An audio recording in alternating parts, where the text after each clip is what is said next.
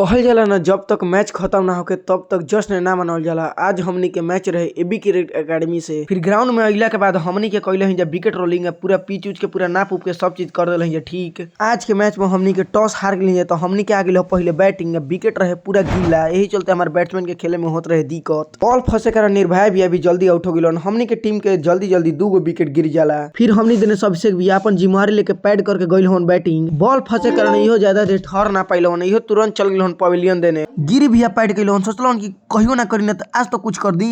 रितेश भैया समझा के खेलेलन आज ना खेलबे तो तू कहियो ना खेलबे, आज खेल ले कम से कम। दोनों जना आपस में बात कइल हन। गिरी भैया 2-4 गो अच्छा शॉट मारलन। शॉट मारला के बाद गिरी भैया तुरंत अपन 50 कर लेलन। आज बहुत दिन बाद गिरी भैया 50 मारले बाड़न। एक दिन से रितेश भैया अपन अच्छा खेलत रहन, उहो 40 रन मारलन। 40 रन बनइले के बाद उहो आउट हो गेल हवन। तो उसी करके तो हमनी के टीम 160 रन पे पूरा ऑल आउट हो जाला। विरोधी टीम 160 रन के बहुत ही कमजोर समझ ले रहे। अमित भैया गेंदा ऐसे चाहत रहन, लागत रहे पहले ओवर में 2-4 कांड करी हन। जवन हिसाब से टारगेट रहे 160 रन उ लोग खातिर बहुत ही ज्यादा ना रहे। हमनी देने से दीपक सर अच्छा बॉलिंग कइलन और अमित भैया भी बहुत अच्छा बॉलिंग कइले हमन। वही लगल हमनी के ई मैच 25 रन से जीत जानी जा। काफी मस्त लागल मैच में।